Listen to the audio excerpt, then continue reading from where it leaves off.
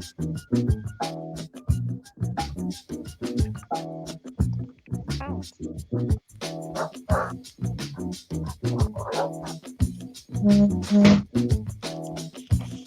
tu veux.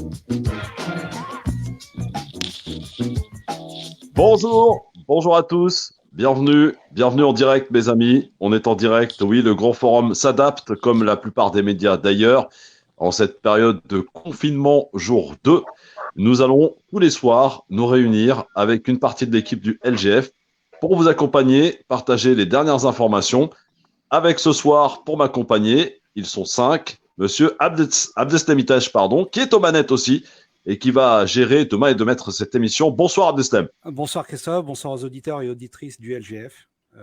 Alors évidemment, merci Abdeslam. Alors évidemment, ça va être un petit peu différent que d'habitude parce qu'il n'y aura pas le téléphone, mais la possibilité pour vous d'abord de partager un maximum sur tous vos Facebook. Et il faut que ce soit un lieu de rencontre, un rendez-vous de rencontre, de partage pour nous adapter à cette situation qui se veut inédite. Et vous allez pouvoir nous adresser tous vos commentaires pour nous dire comment vous vivez ce confinement. On va parler un petit peu des contrôles. On parlera malheureusement d'un record en Italie aujourd'hui, un triste record de personnes décédées. On va parler de tout cela, de comment ça s'organise. Avec aujourd'hui aussi, pour m'accompagner, monsieur Philippe Bouriaki, pas encore maire d'Orly, mais ça ne serait tardé. Salut Philippe. Salut, salut, merci beaucoup et heureux de retrouver la grande famille du Grand Forum. Eh oui, il fallait en tout cas qu'on fasse quelque chose, c'était obligé qu'on trouve, et je dois remercier Abdeslam Itache d'avoir cherché, cette creusée toute la nuit pour essayer de faire en sorte pour qu'on puisse faire notre émission en direct sur la page Christophe Le Grand Forum sur Facebook. Également avec nous, madame, celle qui ne vient jamais seule, sauf qu'aujourd'hui elle est toute seule, Anna Guézard-Boicaz. Bonjour Anna. Bonjour Christophe, bonjour toute l'équipe. Ça me fait plaisir de vous revoir et puis de reprendre contact avec les auditeurs et les followers sur les réseaux sociaux, sur la page Christophe Le Grand Forum. J'espère que tout le monde va bien. Tu es ravissante, ma chère Anna. Également de la partie, quelqu'un qui nous a abandonnés depuis un petit moment. Il a quitté le navire, mais il n'est jamais très loin finalement lorsqu'il suffit de remonter à bord. Monsieur Enver de Santos, comment ça va Enver? Eh bien, ça va très bien, à part que bon, je vous vois très bien, mais je vous entends très mal. Dire à toutes et tous de vous revoir, parce que ça fait un moment effectivement. Effectivement, le travail et puis les élections ont fait que c'était très chaleureux de tous vous voir en excellente santé. On peut dire que tu as un peu plus de temps aujourd'hui. On peut dire que tu as plus de temps. Voilà, c'est ça. Alors, également avec on peut dire. La petite dernière est avec nous. Eh oui, on ne s'en prive jamais de Soraya Rachidi. Bonsoir Soraya. Bonsoir tout le monde. Voilà. Ravi de vous retrouver sur ce live et la radio nous manque, franchement. La radio nous manque, c'est pour ça qu'on est là. Ouais. Et chaque soir, notez-les bien, 18h30, messieurs, dames, on sera là pour vous accompagner jusqu'à ce que ce confinement se termine. Alors, on ne sait pas combien de temps ça va durer. On nous a annoncé 15 jours. On est tous autour de cette table, j'allais dire, me croyant un petit peu au studio, mais ce n'est pas le cas. En tout cas, tous dans ce live à penser que ça risque de durer un peu plus longtemps. Alors, on va parler d'abord d'un chiffre record aujourd'hui, plus de 460 morts pour la seule journée d'aujourd'hui. C'est le record, c'est en Italie que ça se passe. Le Covid-19 continue de frapper, continue de faire des morts, et ça, évidemment, ça a de quoi inquiéter. On va parler, si vous le voulez bien, et vous pouvez nous adresser tous vos commentaires. N'hésitez pas pour nous dire comment se passe votre confinement, mais j'aimerais qu'on parle, si vous voulez bien, pour commencer, de cette première journée, j'allais dire, vraisemblablement, de contrôle. Alors, il y a eu beaucoup de répression, visiblement, aujourd'hui. 135 €, c'est l'amende qui a été fixée hier. Aujourd'hui, il y a eu pas mal de contrôles. On a vu quelques images.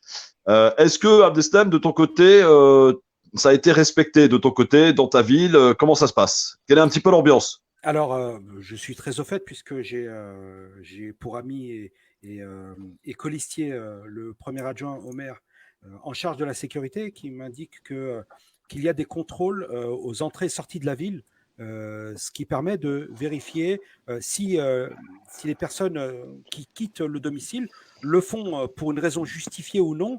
Et le but, ce n'est pas de faire de la répression pour la répression, mais de bien expliquer aux gens qu'il faille sortir uniquement par nécessité ou pour se rendre chez le médecin ou alors pour faire les courses ou à la pharmacie ou venir en aide à un proche, à une personne âgée et autres. Donc voilà, il faut vraiment faut vraiment être raisonnable et on essaye tous de garder nos enfants, de les occuper comme on peut. Nous ne sommes qu'au 3e jour. Je ne présage pas, je ne présume pas de Deuxième. jour, mais Deuxième, ouais. oui, Deuxième, Abdeslam. nous sommes mercredi. Oui, on est au. Ça a commencé lundi. Il y a 2 écoles. Hein. Christophe ça a perdu commence la mardi, notion du temps depuis. Non, moi ça a commencé mardi midi. Bon, alors disons 2e. Allons pour 2e. Christophe? Ouais, mais il y en a qui sont dans leur maison depuis lundi, hein, voire dimanche. Après, ça dépend. Mais vous, comment vous le vivez depuis chez vous, chacun, si vous avez des anecdotes par rapport à la situation que vous vivez? Qui distribue la Comme tout parole le monde, hein. en l'absence de C'est ça. Tout Christophe? le monde, on est à Allez, la Philippe. maison. On est à Allez, la Abdeslam, maison, c'est toi on le garde maître, les enfants. le maître du temps. Non, mais c'est beaucoup de temps pour qu'on consacre à notre famille. Et Philippe, t'en sais quelque chose. On a été en campagne pour le premier tour. On a un petit peu délaissé ou mis de côté notre vie de famille. Et aujourd'hui, on se recentre un petit peu sur notre entourage, sur nos proches. J'ai régulièrement mes parents au téléphone. Et évidemment, le but, c'est d'échanger, d'expliquer aussi à la famille, aux enfants, la nécessité justement de rester à la maison. C'est pas facile quand on a de jeunes adultes et des ados, mais moi j'insiste et je pense qu'on a pas mal de parents qui nous écoutent et qu'il faille vraiment expliquer tout ça à leurs jeunes et ne pas avoir faut surtout pas les laisser sortir parce que d'abord il y a la contravention en effet, mais il n'y a pas que ça. Il y a vraiment ce péril qui est dehors, cet ennemi invisible qui justement pourrait contaminer toute la famille pour le coup, si on avait une personne qui viendrait à être contaminée et qui apporterait justement ce Covid-19 à la maison. Alors, on va te poser la question à Philippe Boelecki pour savoir comment ça se passe du côté de Orly. Est-ce que le dispositif a été bien suivi, bien organisé? Est-ce qu'il y a des contrôles dans ta ville, Philippe? Alors, le dispositif. Attends, excuse-moi, hop, puisque mon truc a failli tomber, donc je reviens dans l'autre sens. Voilà. C'est notre première ce soir. Travail. Pardon s'il y a quelques couacs. Ouais, il y a quelques Ça coupe un peu, je reviens de suite. Ouais. Pardon? Dis, t'as un pro du pro des live, lives. normalement, Ouais, toi. affirmatif. Ouais. Je sais pas, c'est toi qui me dis. Non, on apprend tous les jours d'ailleurs. Écoute, moi je suis sorti tout à l'heure avec mon autorisation parce que j'ai été acheter un petit peu de pain à côté de la boulangerie et j'ai un petit épicier donc qui est alimenté. Hein, et j'ai acheté trois petits paquets de pâtes, il y en avait une dizaine. J'en ai donné à 2 voisins. Voilà, comme ça nous en fait un chacun, on sait jamais en cas où. Il faut aussi que cette solidarité existe. J'ai pas vu grand monde dans les rues, j'ai pas vu de policiers. Il va y en avoir 100 000 sur tout le territoire. Et donc, à raison sur 24 heures, donc c'est un petit peu compliqué d'en voir à chaque coin de rue. D'après les échos que j'avais, des copains et des copines, les gens jouent globalement le jeu, sauf dans certains endroits où certains se plaignaient, se disaient on est en confinement et on entend des enfants jouer au football en bas. Ouais. Alors, je crois qu'il faut plus le prendre à la légère. Moi, j'ai toujours écouté les recommandations du gouvernement. Quand il me disait, et Agnès Buzyn la première, lorsqu'elle disait vous inquiétez pas, c'est une grosse grippe, moi je leur ai fait confiance, c'était eux les pros, les scientifiques. D'après les informations qu'on avait, hein, il y a encore 10 jours, c'était une très grosse grippe qui se transmettait par contre 3 fois plus vite et qui était 3 fois plus virulente et qui tuait 3 fois plus vite. C'est-à-dire qu'une grippe traditionnelle pour quelqu'un qui est immunodépressif tue, et c'est pas la légère, hein, les mots que je dis, tue en 15 jours, celle-ci est tuée en 5 jours. Sauf qu'on a l'impression qu'on a un gouvernement qui navigue à vue, qui sait pas très bien où est-ce qu'il va. Il est un petit peu dépassé et il essaye de gérer le truc au jour le jour. Tu as bien vu, le vendredi, il n'y a pas de souci, on peut organiser les élections. Le samedi soir, en catastrophe, on ferme tout à partir de minuit. On nous laisse faire les élections et le lundi, on dit attention, là, il y a danger. Il y a plusieurs théories et vous avez vu comme moi, je pense, ce personnage, enfin ce monsieur qui donne certaines informations et qui donne aussi des éléments sur le brevet européen sur le Oui. coronavirus. Le coronavirus, c'est ce que je disais il y a encore quelques temps, c'est quelque chose qui existe depuis longtemps, sauf qu'il se modifie, qu'il mute comme la grippe. Rappelez-vous, la grippe espagnole, elle a muté. Et il y a, en 2009, il y avait la grippe H1, HS5.1, H1N1, c'est super dur à le dire, j'arrive pas. Je suis dyslexique.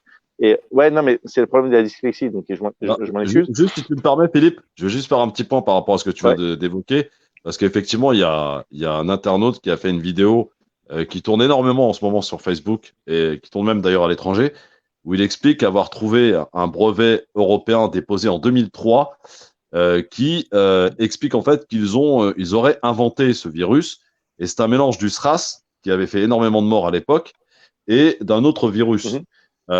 Preuve à l'appui, hein, je veux dire, il donne les éléments, donc les indications, nom du rapport, du brevet exactement, parce que c'est un brevet. Alors, chose qu'il faut savoir a priori et sous toute réserve, en 2017 a été inauguré à Yuan, c'est la ville d'où tout est parti, eh bien, a été inauguré un laboratoire qui abriterait, parce que j'emploie le conditionnel, tous les microbes les plus dangereux du monde. Par qui a été inauguré ce laboratoire côté français sous un rapport, j'allais dire une feuille de Matignon? Eh bien, par un certain Yves Lévy. Qui est Yves Lévy? Et le mari de Agnès Buzyn, l'ancienne ministre de la Santé, qui d'ailleurs hier a fait un article qui, on pourrait en causer tout à l'heure, pourrait peut-être valoir un passage vers les tribunaux. J'ai trouvé honteux. Voilà, pour le petit. Donc ça, c'est effectivement un internaute qui a fait le travail et qui a montré ce rapport de 300 pages dans lequel il explique qu'il y a des inventeurs. Il y a donc ce virus qui a été inventé en 2003. Alors après, pour ce qui est de savoir comment il a été propagé, ça, c'est une autre question. Mais voilà, un petit peu ça, c'est selon, encore une fois, le travail fait par un internaute. C'est ça. C'est ça, Voilà. c'est donc ça que je faisais référence. Et il faut savoir une chose, sans entrer dans la théorie du complot, etc. Ça c'est quelque chose qui demande d'être creusé. Et je fais confiance à Audrey et son journaliste d'investigation pour aller plus profond. Parce que moi, je ne suis pas journaliste, je suis un reporter en herbe et j'ai pas les connexions qu'Audrey a pour pouvoir dénouer le vrai du faux. Il faut savoir qu'à chaque fois qu'il y a un vaccin qui est créé, il y a ce qu'on appelle un brevet, comme une marque. Lorsque vous déposez une marque, vous déposez à l'INPI et vous pouvez la protéger soit en France, maintenant c'est européen, ou soit dans le monde pour une durée de 10 ans renouvelable ou 25 ans, tout à fait. Et donc, lorsque vous faites un vaccin, lorsque vous créez un vaccin, les laboratoires, comme le laboratoire Pasteur, mais comme aussi Sanofi, à l'époque Pfizer, créer des médicaments, des vaccins, pareil, ils déposent ce qu'on appelle des brevets. Et donc, c'est pour ça que je veux raison garder.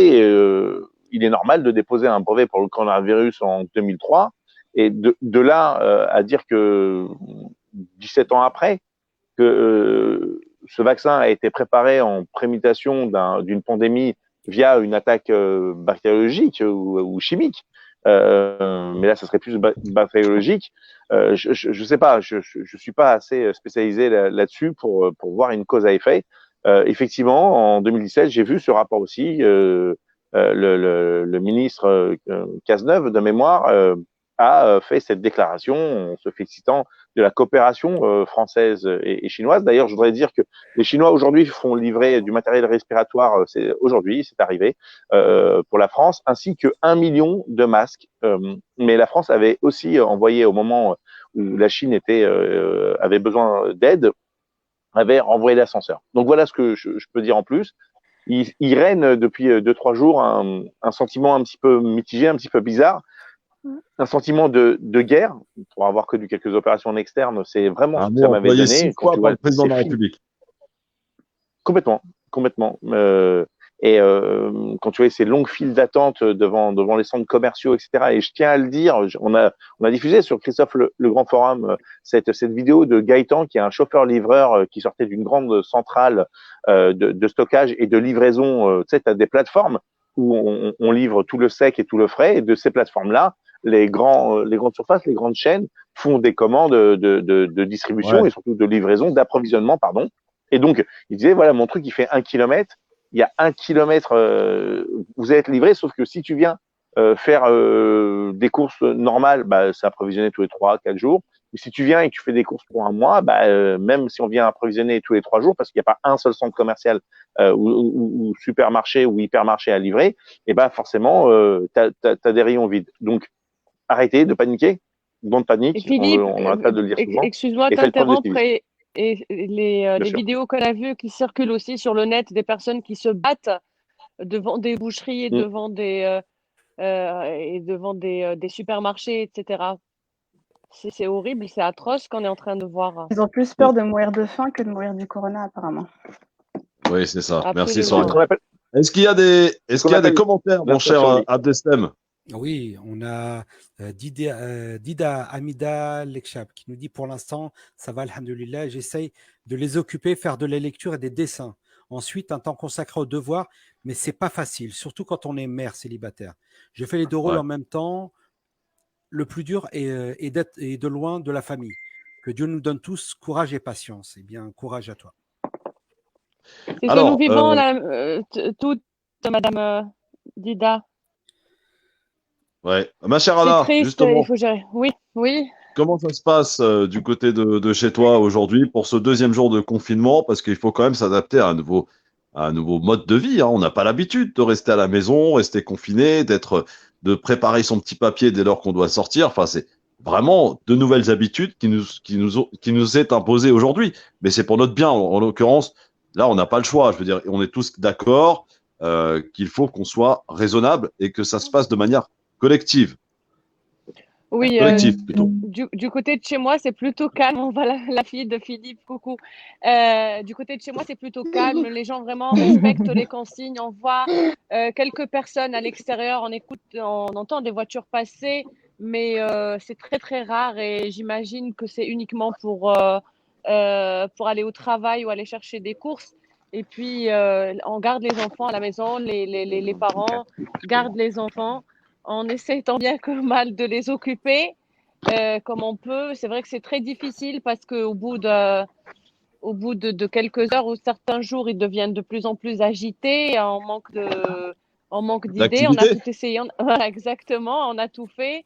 Et puis, mais il vaut mieux être. On joue la carte de la sécurité.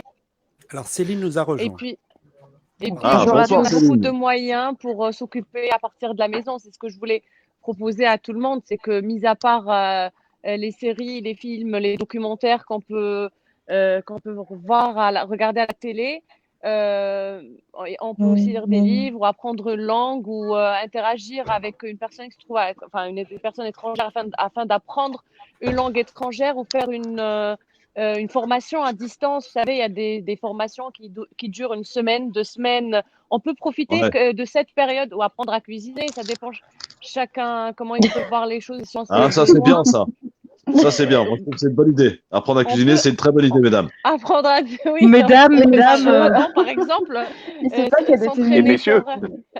Et puis, pourquoi pas discuter via comme ça les réseaux sociaux avec une personne étrangère dans le sens, une personne. Si on veut apprendre l'italien ou le français ou l'anglais, pourquoi Le pas discuter chinois. avec une Le chinois. ou le chinois, exactement. On peut vraiment Bah oui. profiter. Soyons positifs, profitons de cette période pour Ouais. apprendre quelque chose et puis faire passer le temps comme on peut d'une façon productive.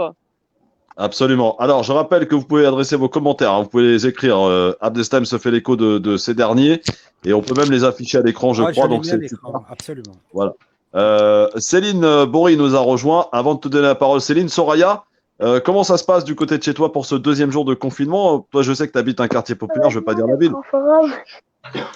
Alors, comment ça se passe? Ouais. Écoute, on se réadapte complètement. Donc, on essaie Et c'est marrant, en fait, de voir comment les êtres humains ont cette capacité d'adaptation, en fait.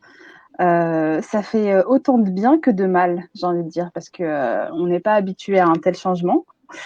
Et le fait d'être confiné, moi, ça me fait du bien. Bizarrement, ça me fait du bien.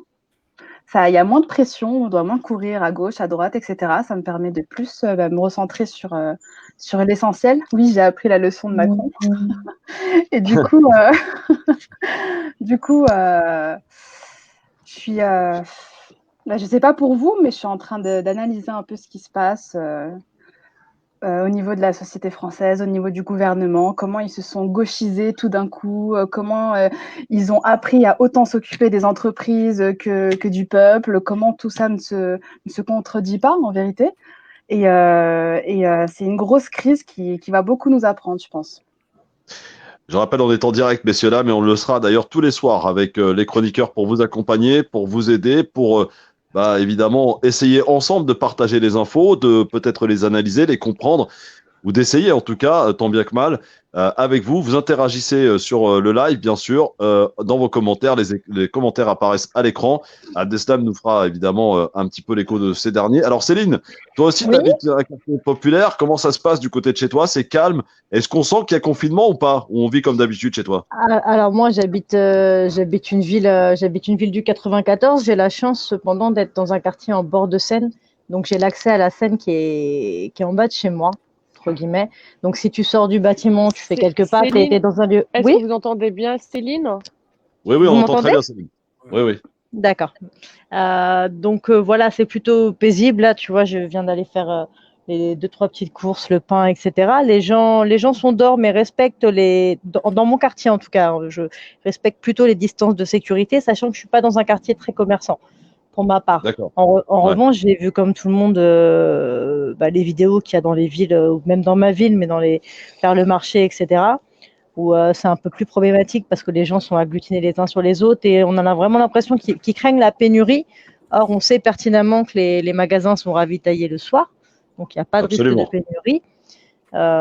Et qu'il faut pas, il faut juste être raisonné et raisonnable. Ouais, mais l'ambiance, elle est trop spéciale quand on sort dans la rue, c'est fou, c'est pesant. Mais après, tu vois, bizarrement, là, parce que ce qui est rigolo, c'est que quand tu sors chercher ton pain, tu as l'impression que tu es en mission, que tu fais un truc de dingue. C'est ça. Alors qu'en fait, tu sors juste de chez toi, tu as l'impression que tu fais un go fast, en fait. T'as envie de la tête à la boulangère. Vous avez pris vos papiers? Est-ce que vous avez tous pris vos papiers? J'ai pris mes papiers que j'ai griffonnés parce que je n'ai pas d'imprimante à la maison. Mais j'ai pas été contrôlée parce que la boulangerie est en face de chez moi. Mais quand même, par précaution, je l'ai fait. Après, pour ce qui est comment on s'occupe à la maison, je pense que ça dépend vraiment de. Je pense qu'on n'est pas tous égaux là-dessus. Il y a des gens, et puis on n'a pas la même composition familiale. Il y a des gens qui sont beaucoup dans des petites surfaces, qui n'ont pas de jardin, qui ont des petites superficies, qui n'ont pas de balcon, et c'est compliqué pour maintenir les enfants. Moi, nous, on a la chance d'avoir un petit balcon, alors qu'il est tout petit, mais quoi qu'il en soit, c'est quand même hyper important de pouvoir ne serait-ce que boire un café sur son balcon et de prendre un peu l'air. Je pense qu'il y a des gens qui sont en foyer, il y a des gens qui sont en EHPAD, il y a des gens qui sont dans des foyers à Doma, il y a des gens qui sont incarcérés et que c'est beaucoup plus compliqué, que ce soit la solitude ou l'enfermement. Donc, il faut quand même relativiser chacun doit relativiser à sa manière ce confinement.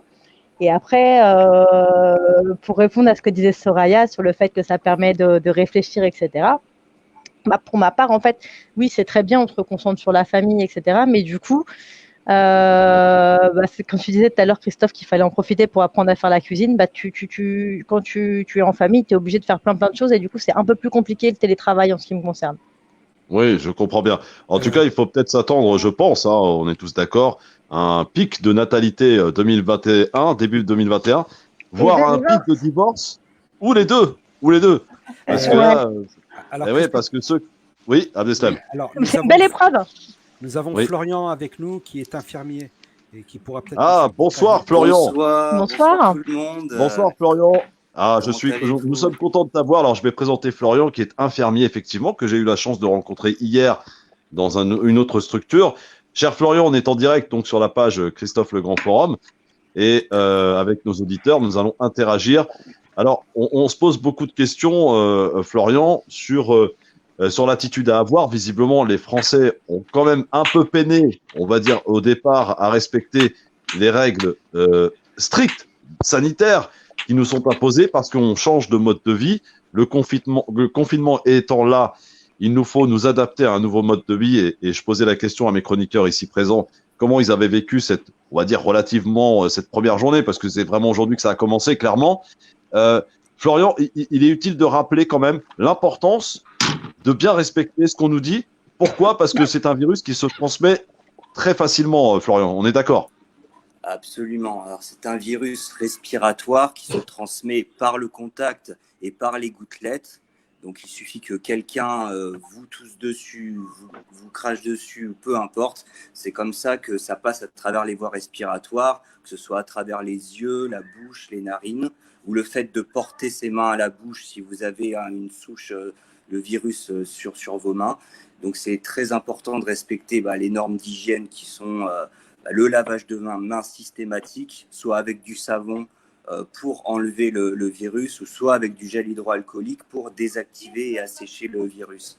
Voilà, le virus n'est pas si résistant que ça quand on se passe de l'alcool ou du savon dessus.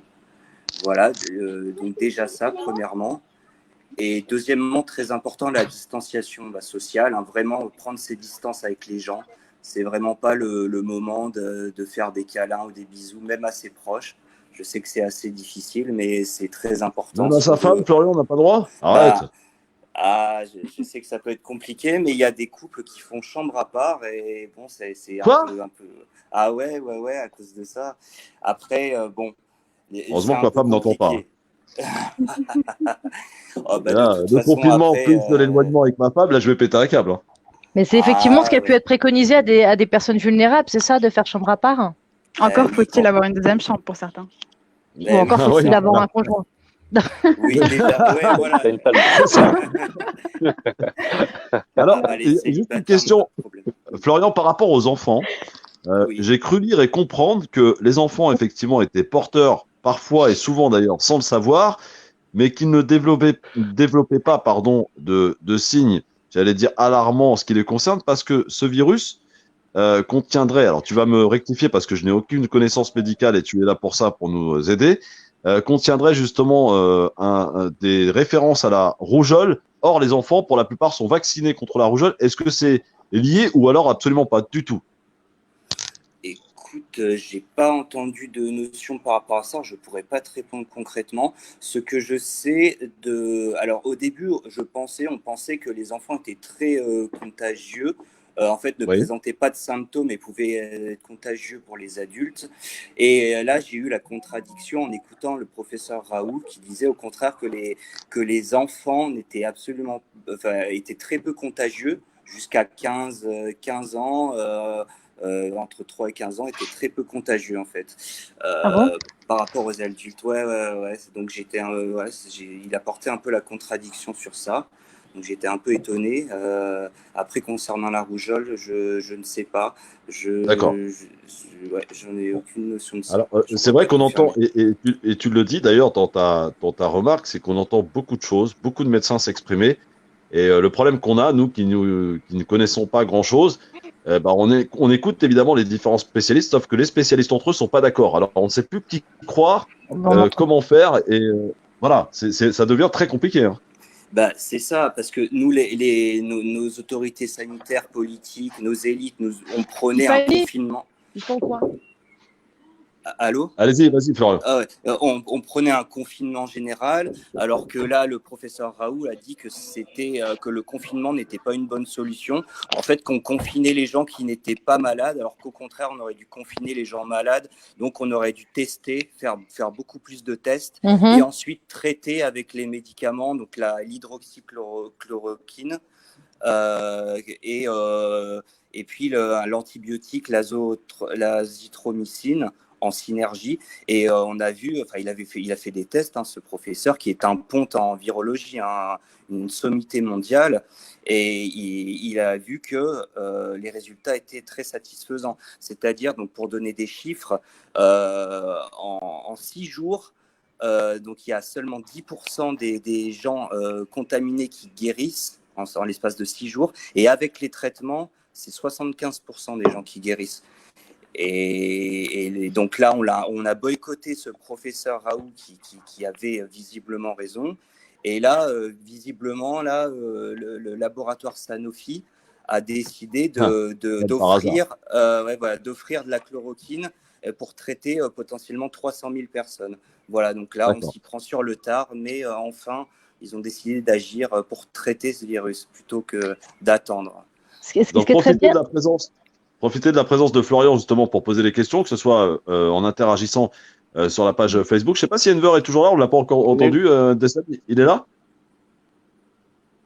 Non, il n'est pas là. Non, il me semble que non. C'est notre quota de perte. On a perdu Enver. Ah, d'accord. Moi, Donc, Florian, j'ai alors, une allez-y, question. les amis, pour les questions. Ok. Tu m'entends? Oui. Vous m'entendez? Oui. Oui, on t'entend, Ok. Philippe, vas-y. J'ai Estella Bignon parce que j'ai partagé le live de la page Christophe Le Grand Forum sur ma page à moi, et donc j'ai des gens qui posent des questions, dont une qui apporte une affirmation. Est-ce que tu peux la confirmer ou pas? La famille des coronavirus est grande.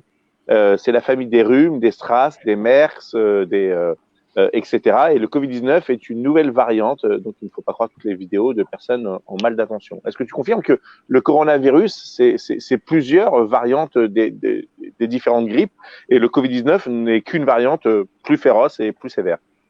C'est ce que j'ai cru comprendre aussi. C'est des types de coronavirus, que ce soit les SRAS, les MERS-CoV, les SARS-CoV. C'est tous des types de coronavirus qui ont une incidence en fait respiratoire, qui ont à peu près les mêmes symptômes, mais c'est pas les mêmes souches en fait. Ils sont cousins et ils ont des incidences, des mortalités différentes. Le SRAS de 2003 en Chine avait une mortalité plus élevée, il me semble, mais les symptômes sont à peu près les mêmes, et jusqu'ici, pour certains, on n'avait pas de traitement, et c'est ça qui était problématique. Mais ce sont des souches différentes. C'est des coronavirus, mais différents. Céline, question? Moi, j'ai une question, puisque Florian, vous évoquiez le fait, enfin, on a parlé des tests. Et de ce que j'ai lu, on a des pays tels que la Corée du Sud, qui ont subi cette épidémie avant nous, qui ont généralisé les tests, donc ils en ont fait plus de 200 000, ce qui explique que malgré le nombre ce qui explique selon eux que malgré le nombre de contagions importants, ils ont un taux de mortalité très très faible, et il semblerait que l'Allemagne suive la même ligne, puisqu'ils ont beaucoup de cas détectés, mais une mortalité très faible parce qu'ils ont plus testé les patients que nous. Comment vous expliquez qu'en France, on ne généralise pas, on ne teste pas plus que ça? Est-ce qu'il y a une explication, si ce n'est une explication financière, ou est-ce que c'est vraiment une politique sanitaire différente? C'est un choix politique. C'est un choix politique. Pourquoi ne pas avoir choisi, suivi les conseils du professeur Raoult plutôt qu'un autre? C'est une guerre d'ego entre professeurs de médecine, entre choix de politique économique. On a considéré peut-être que les dépistages des tests coûtaient trop cher, qu'on préfère peut-être favoriser la mise en place d'un vaccin, que ça rapportait plus sur long terme, plutôt que de traiter des gens avec la chloroquine, qui est un médicament très bien connu depuis des décennies et qui coûte peu cher, ça a été généré. Il y a eu des génériques de cette molécule la boîte, elle coûte 2 ou 3 euros à peine. Donc, je pense que c'est plutôt des choix financiers. On peut penser ça aussi. Voilà, c'est des orientations différentes. J'ai eu tout à l'heure, j'allais dire la malchance, parce que quand on les voit, c'est pas forcément pour une bonne chose, mais j'ai eu des ambulanciers du SAMU qui sont venus à la maison aujourd'hui, et avec qui j'ai évoqué ce qui se passe. Et effectivement, ils me confirment qu'en ce moment, dans les hôpitaux, c'est vraiment la totale panique, et qu'il y a vraiment beaucoup de problèmes de gestion. Alors, voilà, il me disait et m'affirmait qu'aujourd'hui, on ne teste plus. Clairement, on ne teste plus personne, ou quasiment plus personne, si ce n'est les cas les plus graves. Il me parlait de 16 tests par jour par hôpital. Ça coûtait extrêmement cher. Et donc, à chaque fois que quelqu'un présente et qui vient aux urgences avec les symptômes du Covid-19, eh bien, on le comptabilise comme étant le Covid-19, sans savoir vraiment s'il l'a. Voilà, on en est aujourd'hui. Et il me disait surtout, et c'est là où c'est intéressant, que on est en train de concentrer aujourd'hui une augmentation croissante de personnes contaminées. Il m'a dit, nous, c'est pas d'aujourd'hui que ça a commencé. Ça fait au moins un mois. On a une poussée massive de personnes présentant des symptômes qui arrivent dans nos services. Ça fait un mois que nos services sont saturés. On met le marqueur aujourd'hui là-dessus, sauf que ça fait un mois que ça dure. Et je pense qu'il y a eu... Et je me demande s'il n'y a pas un lien avec les municipales. Oui, évidemment. Oui, clairement. Christophe, moi aussi, Oui, je me suis entretenue avec un médecin en réanimation à l'hôpital de la Salpêtrière, Oui. il m'a confirmé que c'était la panique totale, qu'ils étaient en surcharge, qu'ils étaient en train de préparer des services, de vider des services afin de préparer l'arrivée des nouveaux patients, qu'ils reçoivent des centaines, enfin, des chiffres colossaux, hein, tous les jours, et que contrairement à ce qu'on disait dans les médias les premiers jours, que ça touchait uniquement les personnes âgées de plus de 60-65 ans, au contraire, qu'ils recevaient même des jeunes de 30 ans, de 25 ans, que c'était tous les âges, et que la situation est vraiment alarmante, elle est beaucoup plus grave que ce qu'on pense et qu'ils n'arrivent pas à gérer, et que, comme tu viens de le dire, ils ne dépistent plus tout le monde, quoi. Limite, ils refusent. Bon, il m'a demandé de garder l'anonymat. J'espère qu'ils ont plusieurs médecins réanimateurs à la salpêtrière, mais il m'a pas du tout, c'était pas du tout rassurant ce que j'ai entendu. Loin de Florian, tu là. confirmes un peu ce que vient de dire Oui. Anna, justement, et ce que je viens de dire aussi? Absolument, c'est une réalité. Donc on teste uniquement alors les patients qui sont hospitalisables dans des situations graves de décompensation respiratoire, et Oui. on priorise aussi les soignants qui présentent des symptômes. Uniquement ça. Et quant à À qui faut rendre hommage, hein, Florian? Les soignants, le personnel hospitalier, le personnel de santé, vraiment aujourd'hui, Oui. il a besoin de notre soutien parce qu'on a besoin de lui là aujourd'hui plus que jamais. Tous nos respects, bien sûr. Et nous, on a besoin du soutien de la population. Le meilleur moyen, c'est de rester chez soi pour nous aider. Et oui, alors du coup, on commence à désengorger effectivement les services pour accueillir des gens plus graves, et pour faire en sorte que oui, les grands hôpitaux de Paris notamment puissent accueillir des Covid et puis des patients en réanimation. Donc là, dans mon service actuellement, on va faire sortir, aujourd'hui, on a fait sortir beaucoup de patients pour en accueillir d'autres de Bichat, de la Salpêtrière, de tous les grands hôpitaux de Paris pour les désengorger et voilà, faire en sorte qu'ils prennent des gros cas. Christophe, justement, pour aider le personnel hospitalier, est-ce que tu peux relayer l'info, l'appel à volontaires qui nous a été transmis hier?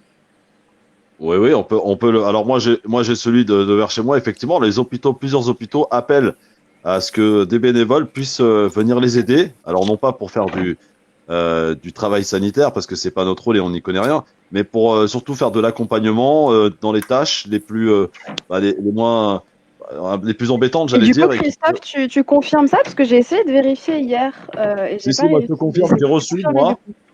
J'ai reçu, en tout cas pour ce qui est de mon secteur vers Corbeil-Essonnes, l'hôpital de Corbeil-Essonnes recherche des bénévoles pour venir aider et encadrer le personnel hospitalier, pour venir les aider, parce que évidemment ils ne peuvent plus subvenir à toutes les tâches qui les incombent, et ils recherchent effectivement des bénévoles. Florian, les missions, oui, pardon, excuse-moi, vas-y. Les missions sont les suivantes: brancardier, déplacement des patients non touchés par le coronavirus, agent de bio-nettoyage, mission de renfort pour le nettoyage des locaux non à risque, agent de restauration, déconditionnement, assemblage et distribution des repas ou encore entretien des locaux, chauffeur, transport et livraison de matériel en lien avec les services logistiques, permis B ou plus de 3 ans, standardiste, recueil des appels téléphoniques et transmission des informations, manutentionnaire, manutention de produits ou objets, opérations manuelles simples, en lien avec les services logistiques. Il y a une courte formation sera délivrée préalablement à la tenue de chacun de ces postes. Les agents volontaires seront accompagnés dans leur mission par les équipes en place. Voilà un petit peu ce qui est proposé et demandé. C'est pareil chez toi, Florian?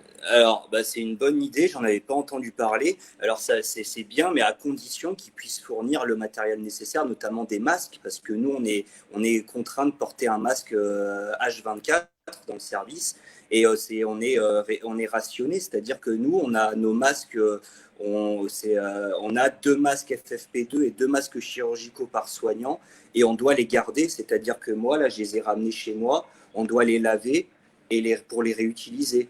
Donc on est en rupture de stock parce que c'est les effets volés. On s'est fait voler 160 masques FFP2 et on s'est fait voler sans arrêt. Là, on avait commandé des gants, On s'est tout fait voler le stock. Les gels hydroalcooliques, pareil.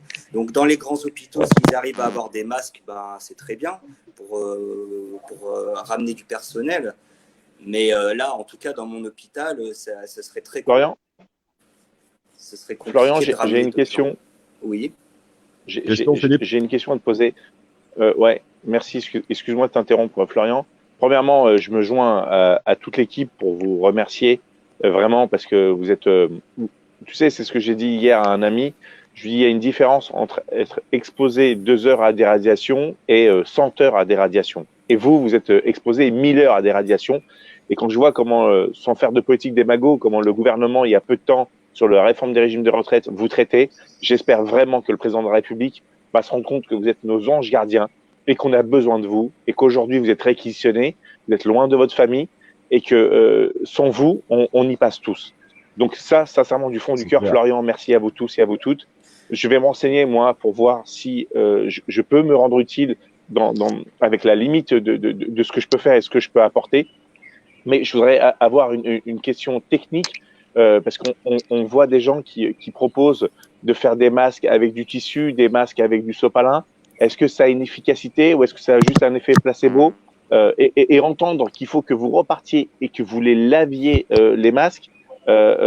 Comment, parce que donc nous, s'il y en a qui ont des masques, comment et avec quoi il faut les laver et est-ce qu'ils perdent de leur fonctionnalité en les lavant? Enfin, c'est juste incroyable d'entendre que vous devez laver votre propre matériel et qu'on ne vous fournit pas assez pour pouvoir nous sauver et vous exposer, vous.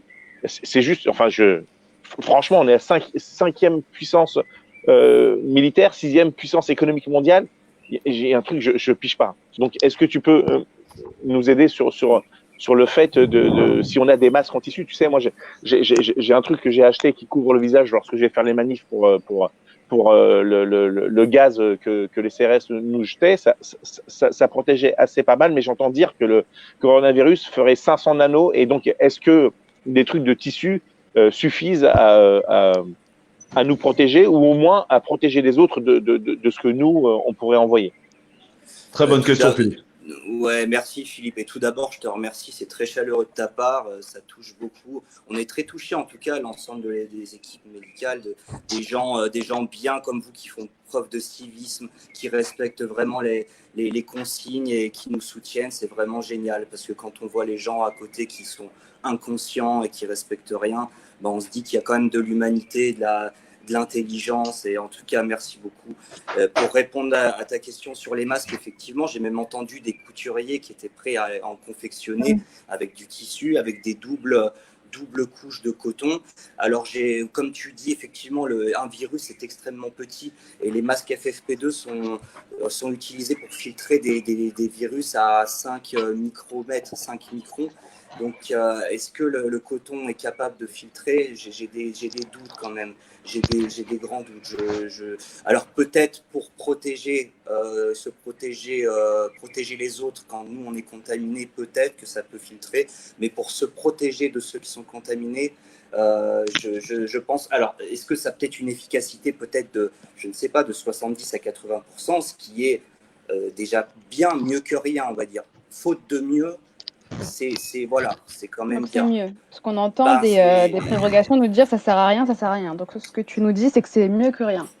Je pense que c'est mieux que rien, quoi, de se protéger. Ça peut limiter, effectivement. Après, il faut éviter, entre guillemets, être confiné avec quelqu'un qui est contaminé, de rester un quart d'heure dans la même pièce à discuter avec lui face à face. C'est comme ça qu'on peut l'attraper. Surtout si la charge virale du malade est élevée, qu'il est en phase aiguë des symptômes avec une toux.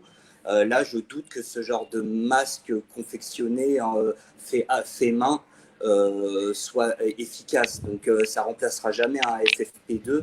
Ça, c'est clair et net. Et là, le souci, c'est qu'on ne sait même pas si on est avec une personne qui est contaminée ou pas, en fait. Ben voilà, alors c'est ça, en fait. Il faut si nous-mêmes, on est contagieux.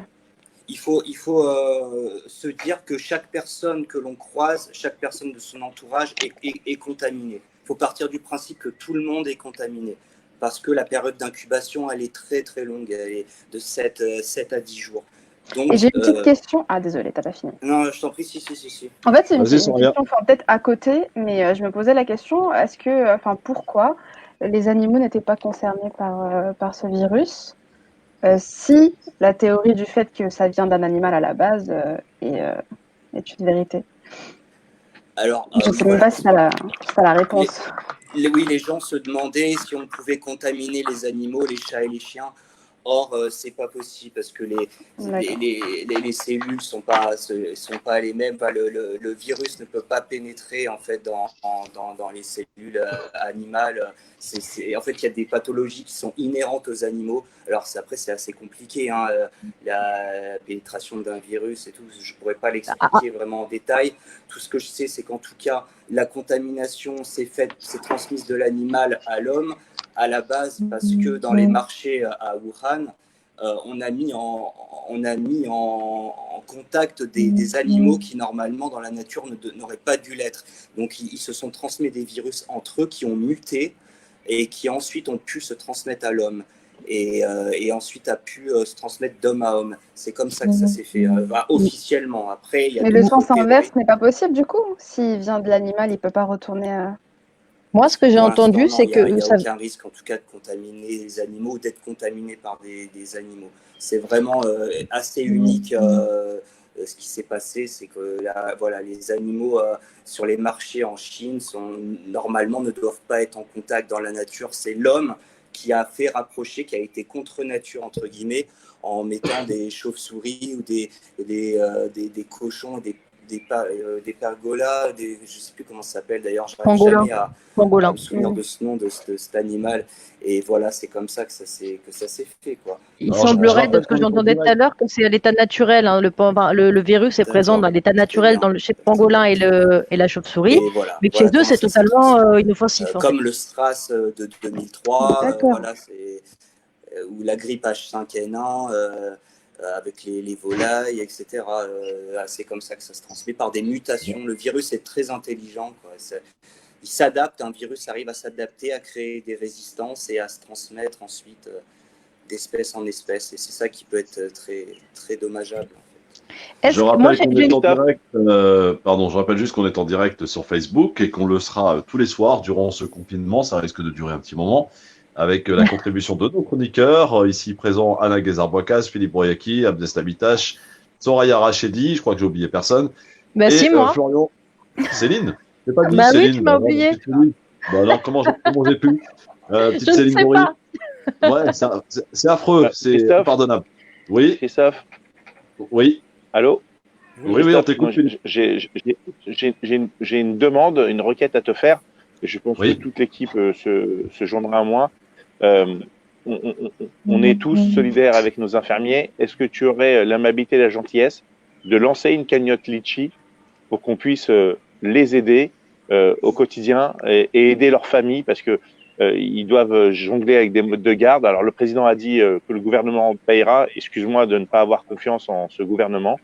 Et je pense que on pourrait, sous ta bienveillance et sous l'accord des chroniqueurs et des chroniqueuses, proposer à tous les auditeurs du Grand Forum de pouvoir contribuer à cette cagnotte et tu en seras le garant, le gestionnaire et la rétribution à un fonds pour les infirmiers, les infirmières, les médecins, les personnels hospitaliers qui donnent de leur temps et de leur vie pour nous sauver. Alors est-ce que Florian, est-ce que ce que vient de proposer Philippe, ça serait une bonne idée? Est-ce que c'est est-ce que c'est vraiment ce que vous recherchez ou visiblement vous avez plus besoin d'un soutien, j'allais dire, de morale ou plutôt d'aide que de l'argent? Qu'est-ce qui vous manque aujourd'hui? Moi, pour ma part, je ne pourrais pas parler au nom de tous les soignants, mais si d'un point de vue personnel, moi, je pense que on ne recherche pas l'argent ou la reconnaissance. La meilleure solution, c'est vraiment de respecter les consignes, les mesures de sécurité pour nous faciliter la tâche. C'est vraiment ça, on ne recherche pas d'argent. On fait pas, de toute façon, à la base, on ne fait pas ce métier pour l'argent. On fait ça par passion, parce qu'on aime les gens, on aime soigner, et voilà. Mais en tout cas, c'est très gentil de proposer, mais je pense que la majorité des soignants, tout comme moi, refuseraient toute aide financière ou pécuniaire. Alors, je me suis mal exprimé, Florian, excuse-moi, je voulais vraiment pas insulter le corps médical. Je sais que c'est du don de soi lorsque tu décides, vous avez décidé d'aller dans ce cheminement, mais on sait pertinemment que beaucoup d'entre vous sont contaminés par le virus, que beaucoup d'entre vous, malheureusement, il y aura aussi un taux de mortalité, et il y a des enfants qui vont se retrouver sans père ou sans mère. Et je crois que la nation tout entière leur doit être des pupilles de la nation. Et c'était dans ce sens-là, dans une fondation des infirmiers et d'aide aux enfants qui leurs parents ont fait don à la nation, d'être ce geste de solidarité. Voilà, je me suis peut-être mal exprimé, je m'en excuse, mais c'était vraiment dans ce sens. On t'avait bien compris, Philippe. Oui, tout à fait. C'est très. Alors, dans ce cas, il faudrait aussi, pas que les personnels médicaux, mais toutes les autres professions qui sont touchées, hein, tous les gens qui doivent aller travailler pour, entre guillemets, perpétuer le système économique, voilà, pour éviter que le système s'effondre. Tout le monde prend des risques plus ou moins, est susceptible d'être contaminé et d'y passer, hein, malheureusement. Qu'est-ce qui vous inquiète le plus, Florian? Qu'est-ce qui vous inquiète le plus aujourd'hui par rapport à ce que nous vivons, par rapport à cette situation? On le rappellera souvent, mais c'est le cas, inédite. Qu'est-ce que vous craignez le plus concrètement aujourd'hui? Ce que je crains le plus, c'est le non-respect et disons la bêtise humaine, quand je vois encore des gens aller se confiner dans les magasins et puis créer des émeutes, aller piller les magasins, se battre et ne pas respecter vraiment les consignes. J'ai vu des vidéos, là, c'est ça en fait, c'est le comportement, la réaction des hommes qui m'inquiète le plus en fait. Alors, Moi, j'ai une question, Florian. Oui, je vais poser juste un petit coup de gueule parce qu'on n'a juste pas pensé aux gens qui n'avaient pas d'Internet. Il y a encore des gens dans ce pays qui n'ont pas d'Internet, en particulier les personnes âgées. Et ils peinent à trouver des papiers justement pour sortir. Ils n'en trouvent pas. Donc, ils se retrouvent coincés à la maison. Ça les perturbe, évidemment. Et il faudrait qu'on trouve un dispositif de telle sorte à ce que justement toutes les personnes âgées puissent avoir leur fameux petit papier, comme nous, on peut l'avoir en le téléchargeant. Et c'est très important de le rappeler aussi sur les sites officiels que sont le gouvernement, le ministère de l'Intérieur, etc. Parce qu'il y a eu pas mal de couacs, hein, notamment la possibilité de télécharger l'attestation sur le téléphone. Visiblement, c'est pas reconnu et ça ne marche pas. Et puis certains se servent aussi pour récupérer vos données personnelles. Donc vraiment utiliser les sites officiels, le gouvernement, le ministère de l'Intérieur, pour télécharger vos attestations. Ça, c'est une chose. Première chose. Deuxième chose, je sais plus ce que je voulais dire, mais tout simplement, d'abord te remercier, Florian, d'être là. Et si avec ta contribution et avec ton amabilité, venir nous voir assez régulièrement pour qu'on puisse répondre aussi aux questions de nos chroniqueurs, mais par la voix de nos chroniqueurs, à nos auditeurs qui nous suivent sur la page Facebook. D'ailleurs, j'aimerais bien qu'on fasse un petit point sur les commentaires. Qui peut s'en charger? Abdeslam, il est là ou pas, Abdeslam? Alors, oui, en fait, je cédais ma place à chaque fois pour essayer de respecter la parité. Oui, c'est bien aimable de ta part. Alors, qu'est-ce qui se passe au niveau des commentaires, Abdeslam? En fait, on a pratiquement répondu à toutes les questions parce que au fil des échanges, je mettais le bandeau avec les remarques. L'une qui était relativement importante, je vais essayer de la retrouver. C'était sur le docteur Raoult. Je vais la remettre. C'est Amadou Radou qui nous demande donc à sa question, vous en pensez quoi du laboratoire de Marseille, le docteur Raoult avec son antibiotique? Et donc, on a eu la réponse par Florian concernant donc ce laboratoire. Et donc, si on pouvait rappeler la réponse que tu avais apportée, Florian. Bien sûr. Alors, professeur Raoult a fait une étude, c'est-à-dire avec un traitement de l'hydroxychloroquine. Allô? Oui, on t'écoute.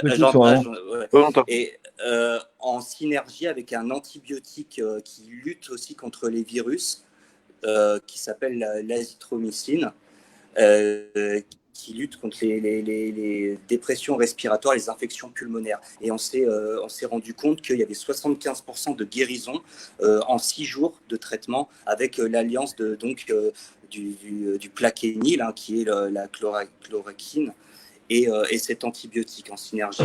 Voilà. Et ça, c'est des études qui ont été validées, qui ont été faites dans le centre du professeur Raoult, donc à Marseille, centre méditerranéen, et c'est vraiment quelque chose de très positif. Et Et même le laboratoire Sanofi, justement, commence à offrir des centaines de milliers de pilules de plaquenil pour traiter les futurs contaminés. Ça me pose un peu quelques questions quand même, cette histoire, parce que j'ai l'impression que les laboratoires vont profiter, le mot est peut-être pas utilisé à bon escient, mais vont profiter de cette situation pour se refaire une énorme santé financière. On a vu le coup avec les vaccins, vous vous en souvenez, de Roselyne Bachelot.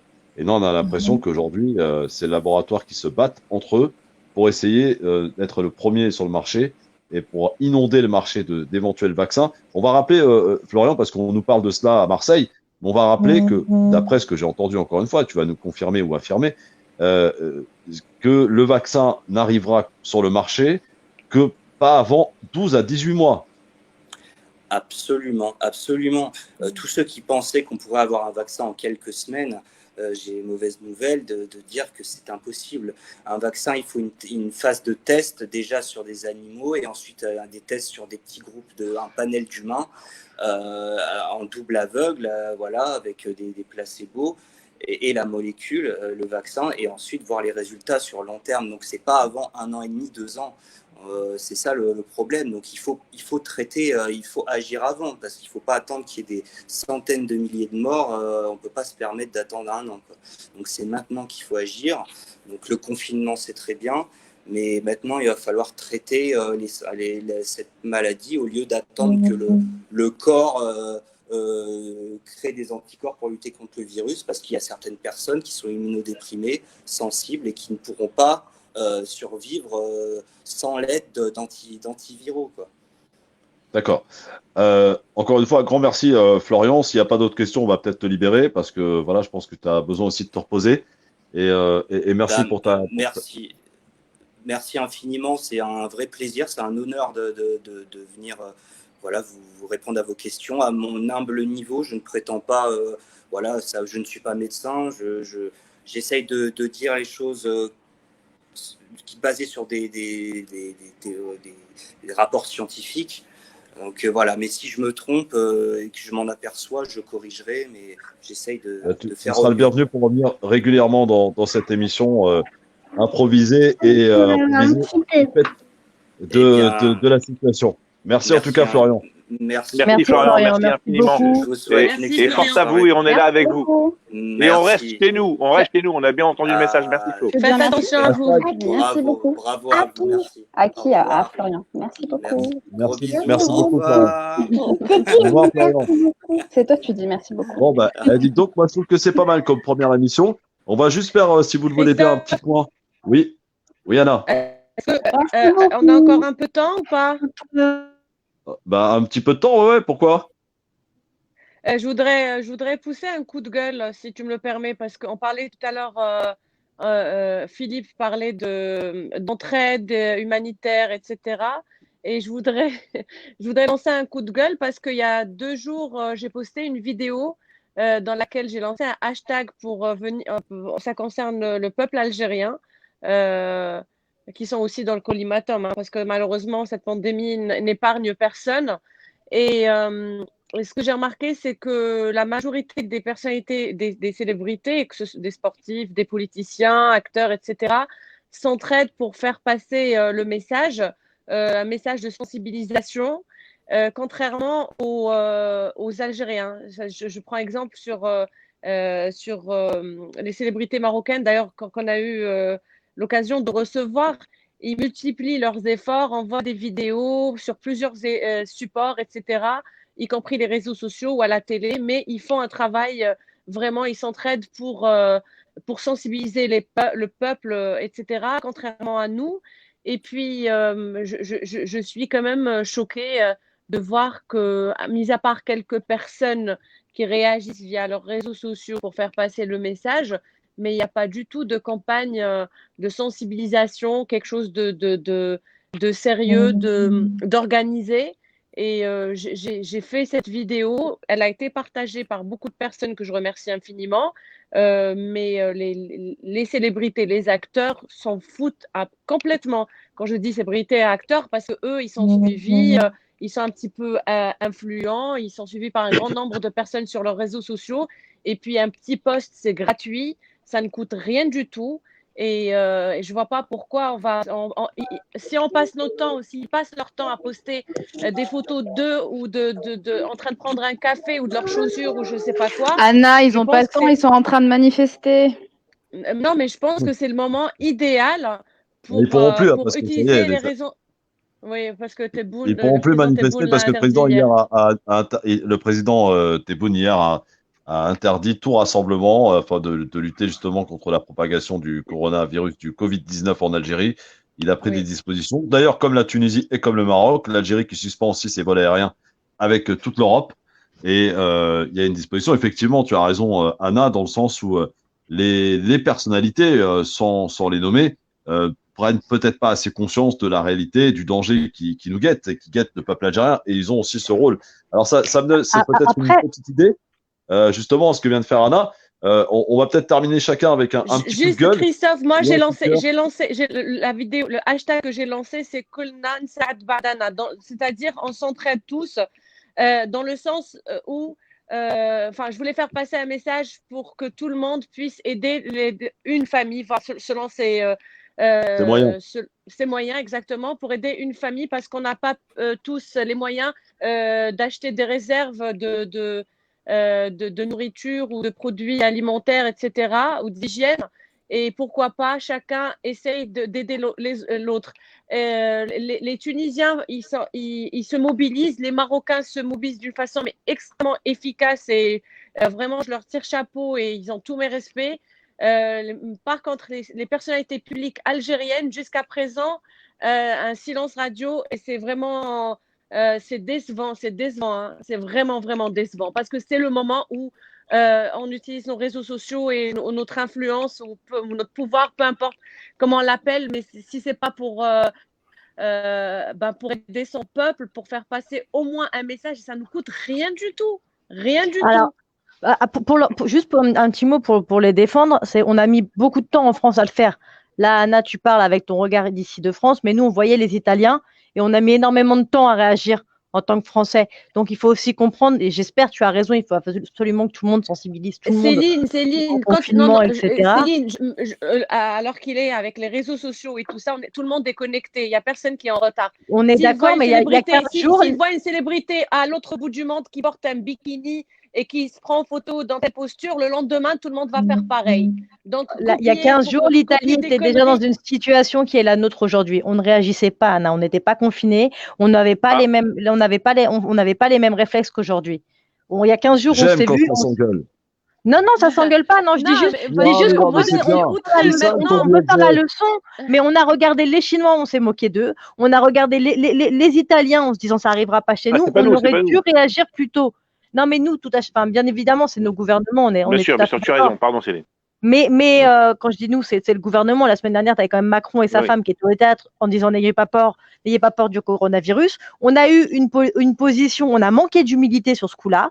On a un très gros ego en France et on s'est dit non, les Chinois, ils ont une politique totalement autoritaire. On a été au casse-pipe et on n'a pas réagi avant. Donc aujourd'hui, je comprends Anna, tu as raison, tout le monde à l'international doit être sensibilisé là-dessus, mais il ne faut pas oublier qu'il y a 15 jours, on était dans la rue en train de se taper des bises et en occultant complètement ce qui se passait de l'autre côté de la frontière. Donc il faut aussi se regarder un petit peu dans la glace. Non, mais tu as, en fait, vous avez toutes raison. Anna, elle a raison, Céline.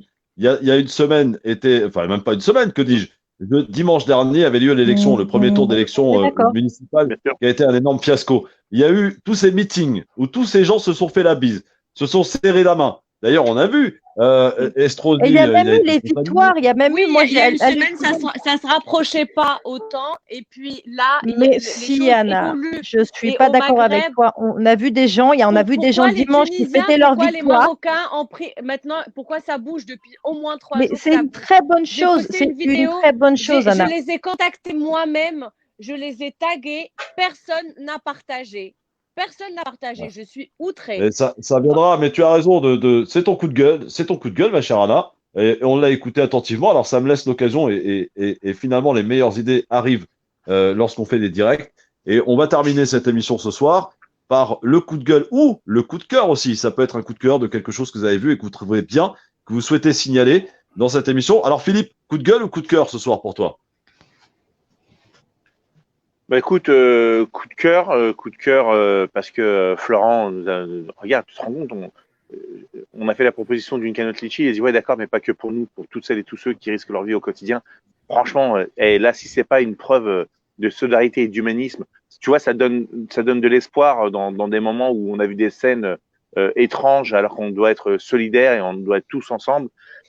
Tu sais, je sais pas si tu te rappelles, il y a moins d'un an, j'avais même souhaité que des extraterrestres viennent nous casser la gueule pour qu'on soit un seul peuple à travers le monde. Et alors, je veux pas dire que c'est moi qui ai provoqué ce truc-là, loin de là, Oui, si, c'est toi, serais pas fier. fais attention à tes vœux. Non, mais ce que je veux dire, c'est que Florent vient nous démontrer qu'on ne peut pas être égoïste et qu'on n'a pas le droit d'être égoïste parce que il en va de notre humanité. Et donc, plutôt coup de cœur au personnel hospitalier, aussi aux forces de l'ordre, il faut aussi le remercier parce que ils vont veiller, même si certains, on peut en discuter. Et Céline a raison sur toutes les bavures et son combat est légitime de J'en montrer ai pas parlé qu'on là a encore. souffert dans nos quartiers. Hein? J'en ai Non, pas mais c'est vrai, parce que des fois, J'en ai pas non, mais ce que parlé je veux là. dire que. Il t'a spoilé. Non, Ah oui, t'as anticipé là. Il pardon. te connaît trop Ouais, bien. j'ai anticipé, mais ce que je veux dire, c'est que aujourd'hui, tu vois, moi, depuis, hormis d'avoir proclamé les résultats de l'élection municipale et d'avoir remercié les gens lundi, depuis lundi, moi, j'ai pu parler des élections municipales parce que on doit avoir une solidarité nationale, communale, intercommunale, régionale, ce que tu veux. Il y a quelque chose et du coup, tu vois, je fais pas de critique pour la critique stérile sur le gouvernement, mais le président de la République, et tu vois, c'est rare que je l'appelle le président de la République, on est bien d'accord, nous a dit, on est en guerre, nous sommes tous en guerre. Et en temps de guerre, on doit tous se serrer les coudes, on laisse nos divergences de côté et en avant et on va lui faire la guerre à ce virus. Et on va lui faire la guerre en respectant bien évidemment les consignes, en respectant surtout les consignes données par les médecins et les scientifiques, bien plus que ceux du gouvernement. Et d'ailleurs, on aura le temps de faire la guerre au gouvernement lorsque le moment sera venu, parce qu'il y aura des Chacun comptes à devra rendre. rendre des comptes, exactement. Alors, Philippe, merci pour ton coup. Merci pour ton coup de cœur, pardon. Coup de gueule de la part de Anna. Qu'est-ce qu'il en est du côté de chez Soraya Rachidi? Coup de gueule ou coup de cœur, ma chère Soraya?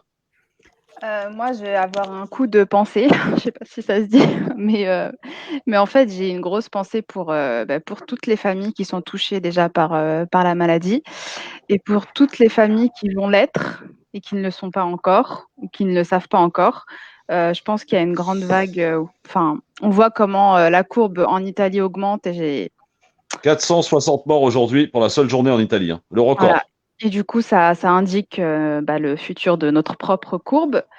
Et aussi, j'aimerais attirer l'attention de chacun et chacune d'entre nous pour souligner le fait qu'on est extrêmement chanceux d'avoir un toit, extrêmement chanceux d'avoir nos placards qui sont pleins et encore plus pour d'autres qui se sont rués dans les rayons. On est très chanceux, donc on parle de guerre, mais en vérité, on ne la sent pas du tout. On sent juste notre quotidien qui s'est un peu perturbé, qu'on ne peut plus circuler, etc., etc. Mais on est très chanceux et on devrait vraiment en profiter pour aider notre prochain et nous aider nous-mêmes dans cette vie. Absolument. Bravo. Merci Soraya, bravo. Alors, justement, puisque tu parlais des policiers, Philippe, tout à l'heure, je tiens à préciser. Moi, je suis pas un amoureux des policiers, vous le savez tous, bien sûr, on dénonce tout ce qu'il y a à dénoncer, mais la plupart des policiers n'ont pas de masque, et ça, c'est juste déplorable. Tout à fait. C'est scandaleux. Alors, il semblerait que les Chinois nous aient livré 1 million de masques aujourd'hui, juste pour rebondir sur ce que tu disais.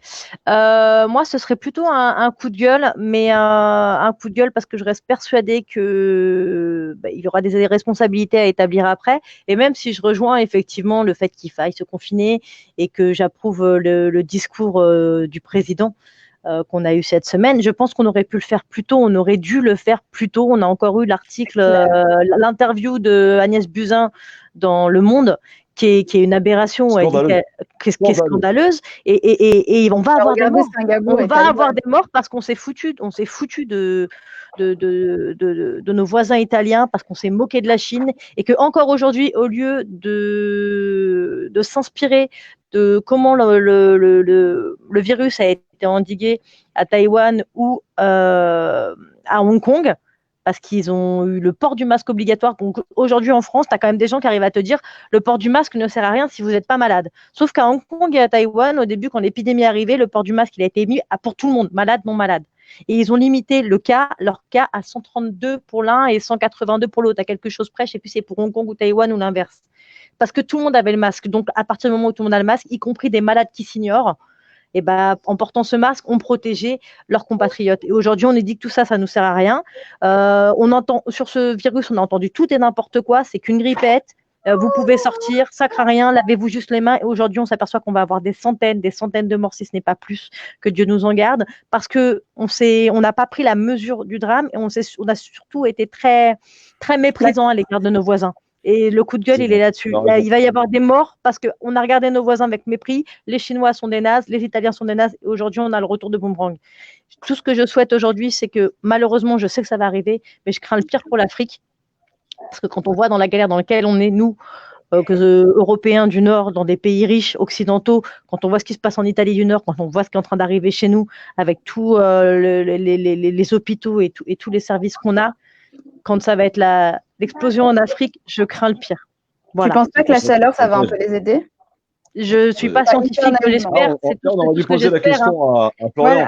Malheureusement, de ce que j'ai entendu des études, ça n'a toujours pas été prouvé. Je l'espère que naturellement, avec les saisons, etc., ça va pouvoir s'endiguer. Mais malheureusement, dans un pays comme l'Algérie, on connaît les hôpitaux dans le Maghreb, on connaît les hôpitaux en Afrique. Ça peut être vraiment.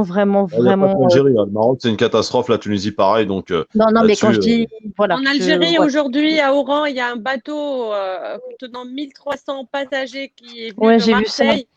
Ils sont confinés, c'est ça? Ils sont confinés au complexe touristique Les Andalouses et l'équipe du service des maladies infectieuses est très bien formée d'ailleurs par Dr Moufort qui était ici en France, qui a assisté à des conférences ici, qui s'est entretenu avec des médecins ici, qui est descendu à peine 2 jours, qui a formé ses équipes. Et ce matin, ils étaient dès la première heure en train de gérer les arrivants, en train de former les autres équipes des autres services, etc.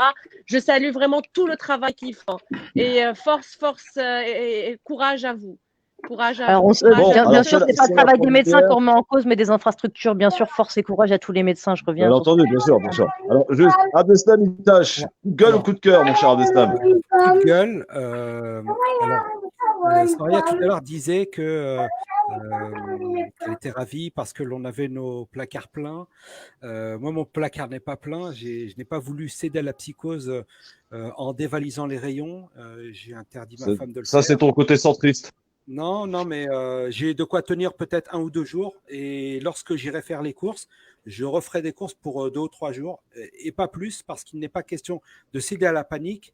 Il y en a assez de cette image de l'homme est un loup pour l'homme. Nous ne sommes forts que lorsque nous sommes unis, et la nécessité vraiment d'accompagner son prochain, d'aider ses voisins, d'être justement dans la bienveillance et pas être dans le mouvement de panique ou participer ou créer la panique. Je pense que c'est déjà la façon la plus raisonnable d'endiguer toutes ces choses-là. Moi, je ne voudrais pas demain me faire courir après dans un supermarché avec un type qui me court après avec un fusil à pompe. Je ne veux pas de ça, je ne veux pas de cette société-là. Donc, il faut arrêter avec ça, il faut arrêter d'être dans la psychose. Les magasins sont pleins. Il y avait d'ailleurs cette vidéo, Christophe, que tu as postée de ce livreur qui disait, mais écoutez, le camion est plein, on va livrer, tous les magasins sont réassortis régulièrement, il n'y a pas de pénurie, ne créez pas la pénurie, cessons ce mouvement de panique et cessons surtout d'être égoïstes. Alors, merci Abdeslam, mais je vais faire une petite parenthèse avant de clôturer cette émission. On a quand même tenu près d'1h15, les amis. C'est génial, et tant mieux, ça veut dire qu'il y a des choses à dire. Et on aura tous les jours des choses à vous dire. D'abord, en commençant par vous remercier chacune et chacun d'entre vous d'être là. Le Grand Forum, c'est une famille. Le Grand Forum, c'est des chroniqueurs. C'est une famille bien plus que des chroniqueurs. Voilà, il y a des gens qui s'entendent bien, d'autres un peu moins bien, mais c'est ça la famille. Et on essaiera de vous accompagner tant bien que mal tous les jours avec un turnover de différents chroniqueurs qui vont venir, bien sûr, pour partager avec vous ce moment particulier que nous devons nous adapter.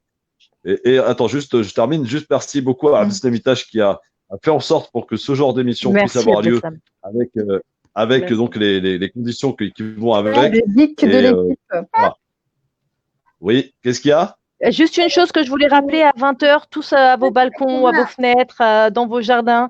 C'est l'heure à laquelle on applaudit nos personnels soignants et tous ceux qui se battent au quotidien, qui comptent pas leurs heures, comme on leur disait, et qui méritent largement les remerciements de toute la population. Exact, merci de le rappel, ma chère Céline. Et idem d'ailleurs sur ce que vous voyez sur la page Facebook, sur ce qu'on vous poste, c'est pas que Christophe, c'est toute une équipe qui est derrière. Et voilà, tout se fait voilà, avec les gestes les plus simples. Et mon cher Abdeslam, juste pour terminer cette émission, quelques commentaires peut-être d'auditeurs, d'auditrices qui auraient peut-être des choses à nous faire remarquer ou pour améliorer ce type d'événement qui va durer le temps que le confinement durera. On a eu pas mal de questions. Peut-être qu'on les compilera et on essaiera d'y répondre demain. Est-ce qu'un livreur de pizza peut nous la remettre en main propre? Des remerciements de Hichem, un climat de solidarité circule dans cette émission. Des ondes positives. Bravo vraiment. Voilà, Ouria qui nous dit concernant l'Afrique, j'espère qu'il va disparaître avec la chaleur. Voilà, Abdallah, bravo la famille du Grand Forum. Franchement, avec cette angoisse de ce virus et du confinement, vous me ramenez un grand réconfort à vous écouter. Je me sens moins coupé du monde. Abdel de Roubaix, bravo Christophe et les chroniqueurs. Que Dieu vous préserve tous. C'est encourageant en tout cas. Voilà, c'est super. Il y a beaucoup de messages positifs, voilà, beaucoup d'ondes positives. En tout cas, continuez. Et demain soir, on sera là, 18h30, les amis, pour vous accompagner avec quelques chroniqueurs qui étaient là ce soir et puis d'autres. Et puis même s'ils sont encore là demain, on va faire tourner en tout cas. On essaiera d'avoir notre ami Sofiane Nakari, qui est lui aussi infirmier libéral et qui vit un petit peu ces temps difficiles avec cette angoisse aussi qui l'anime, comme beaucoup de personnel médical. Encore une fois, on est là pour vous accompagner, s'adapter. On ne peut pas être en direct à la radio pour des raisons que vous comprendrez bien entendu largement, mais on a trouvé cette astuce, ce moyen, ce dispositif. Encore une fois, merci Abdeslam, merci ma Céline, merci ma Soraya, merci ma Anna, merci mon Philippe, merci mon Abdeslam. Faites attention à vous. Restez en vie. Restez chez vous. Restez chez vous. Et on salue aussi les enfants qui étaient derrière. Je pense à la fille de Soraya, qui a d'ailleurs le même prénom que toi, ma chère Anna. Elle s'appelle Anna aussi. Ah oui.